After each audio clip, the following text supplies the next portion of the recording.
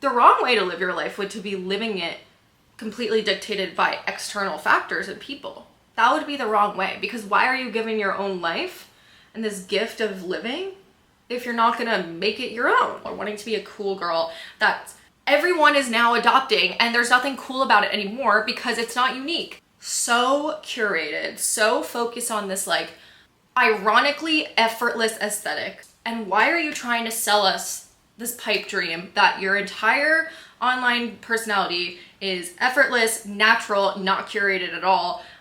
To be honest, I've gotten a lot of hate in my life from women. Being someone who's not demure, not shy, not soft-spoken, not gentle, probably not even that feminine. Just own the success that we get or have with confidence and say, you know what? I'm not surprised at all at my success.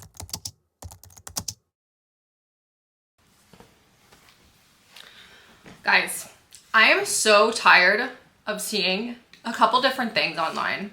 The first thing is, why is it that like every corporate woman that wants to become influencer of some type, or like just someone viewed as like leadership, why is it that they always have to seem and make their like online persona seem so like demure and surprised at their success? Like, I don't understand. Or I do understand, but I think it's wrong. I think it's annoying, first of all, to see all of these women who are very smart and accomplished become, you know, popular voices online and take on this persona of, oh my God, I am so like shocked at my success. I don't know how I got here. I'm so shy and so this and that. And this is no hate to people like that. I think it makes sense that people would feel that they need to come across that way as women in the working world. But I think that it's damaging in the long run, because it comes across as if we can't just own the success that we get or have with confidence and say, you know what? I'm not surprised at all at my success. I worked so hard. I did this, I did that, and I accomplished all these things. And it's not surprising, and I don't need to put on this caricature of myself that's so, I'm so introverted, and I'm so shocked, and I'm so an imposter, and all these things. We shouldn't have to do that to be liked. And I think the problem is that if women come across as too confident in their success or their personalities, or if they come across too demanding and loud in the sense of like having a loud presence, then it's like people get upset about it and they think that it's obnoxious, or I don't like this person because they're conceited, they're arrogant, when it's not that. That's not what it is at all. And men aren't treated that way at all either. I don't think that women should have to seem so unassuming and demure and shy and all those things if they're, one, not like that in real life, and two, if they're feeling that that's the pressure and the persona that they have to put on in order to not get hated on. Okay? Because I get it.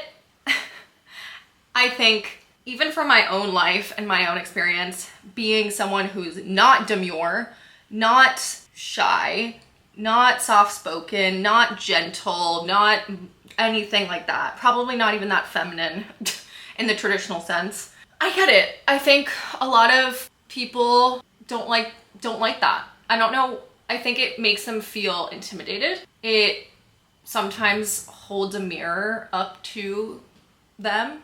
I think people feel upset and threatened by the fact that there's a woman that's living out loud, you know, and claiming her successes and owning the things that she believes she deserves. And I don't think it comes from a place of like envy. I think it comes from a place of, well, society pressures women to be all of these other things. And so when one woman sees a different woman breaking that mold, it's kind of upsetting, because it's like, why do I have to live in this unassuming, quiet, demure way if she can do something different?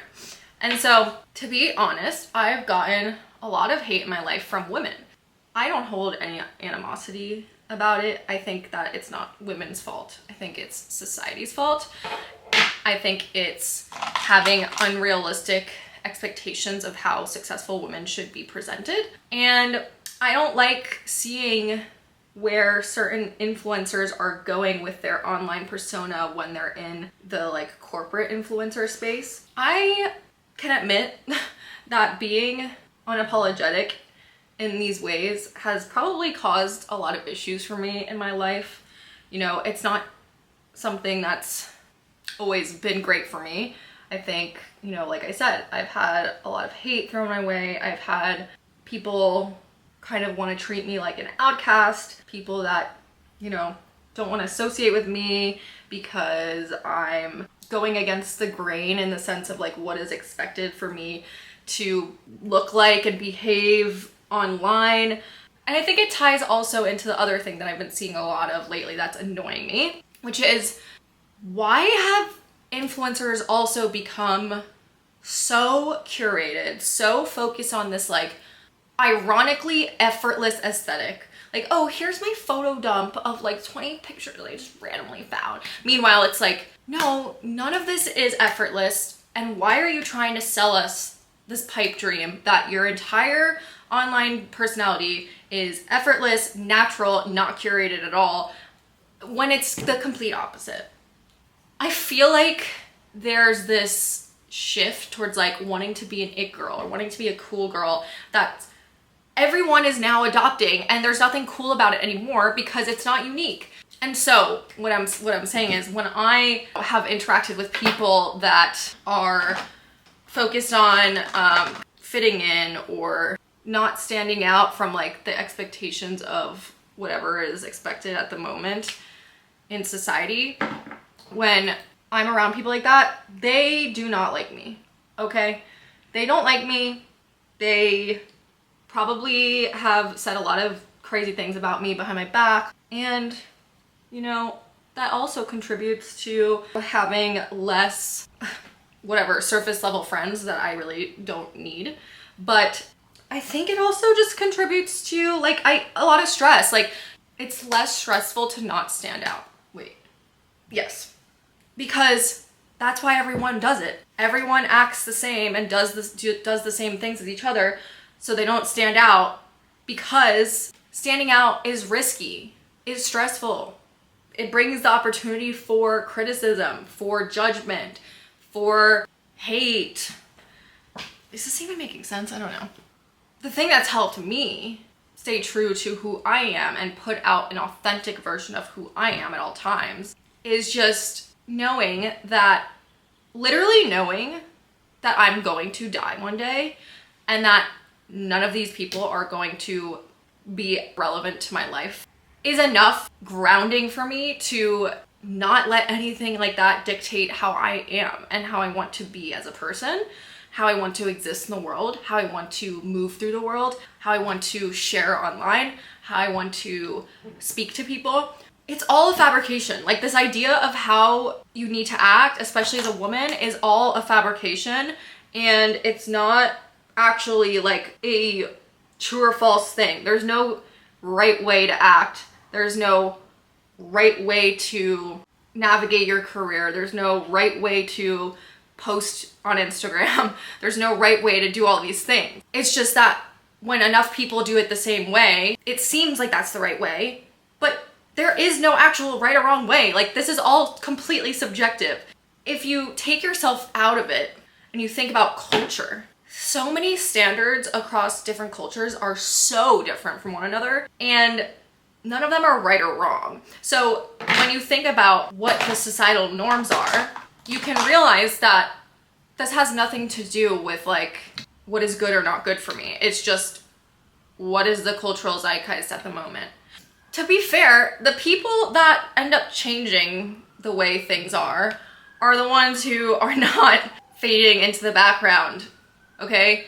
The difference is that they really know who they are. They know what their morals are. They know what their opinions are. they know what their passions are, they know what matters to them. And once they have that confidence in themselves, then it's like, it doesn't really matter if there's all these pressures from outside to be a different way, because you'll love yourself and you just want to do right by yourself. And once that happens, then there's no like possibility that you're living your life in the wrong way, because there is no wrong way. The wrong way to live your life would to be living it completely dictated by external factors and people. That would be the wrong way, because why are you giving your own life and this gift of living if you're not gonna make it your own? Okay, I think also, like, for me, growing up with a dad who suffered from really severe mental illness, I was well accustomed to people talking about me and judging me behind my back and not wanting to be around me and all of those things. And I can tell you, none of those people matter in my life, and I have not even really thought about them. I've never seen them again. They're not doing anything of interest to my knowledge, and I'm not surprised, because anyone doing something significant is a person who can think for themselves and like have the capacity to like understand and look at things with nuance. And I just think that a lot of people ask me, you know, like, how do you get to this point of, I guess, confidence, or just this point of not really giving a shit? And I really think it's that, like, I look at it as like I was fortunate to have had that experience growing up, even though it was really terrible and sad, but it gave me that life experience to know that, like, I really don't give a fuck.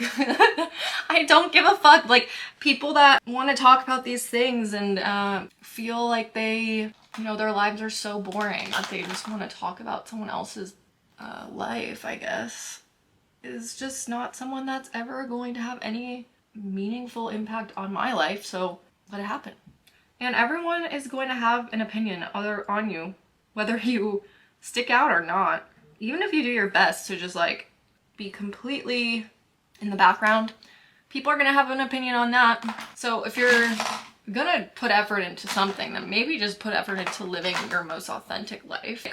What's the point of being popular or well liked by so many people if that's gonna put the pressure on you to never take a step outside of the box that you created or that you're already in? If a bunch of people are like you because you're the fun one of the group and you never express like your opinions on things and you're agreeable, and that's why everyone wants to be around you, then like what's gonna happen if one day you decide, like, actually I care about something and I want to discuss this thing? So much pressure to not express your own thoughts if you have the weight of being liked, you know? Like, it just seems like a responsibility. It's just like an unnecessary responsibility towards other people when you're like taking no responsibility towards yourself. So yes, a lot of people don't like me and it's never affected my life really in any significant way. So if that provides any solace for you, so be it. I'm tired of women especially being fit into or like stuffed into this one box of how they can come across, and I just hope that more people are able to find their own voice and their own ways of expressing themselves without it having to be confirmed and like given validity by the general public. Like, it's just that shouldn't be the way as women for us to know if we're doing right by ourselves. And it's just something that I think about a lot recently, because every time I go on LinkedIn, every time I go on Instagram, every time I go anywhere, it's like curated and inauthentic. And it's like, why are we so afraid to not match everyone else?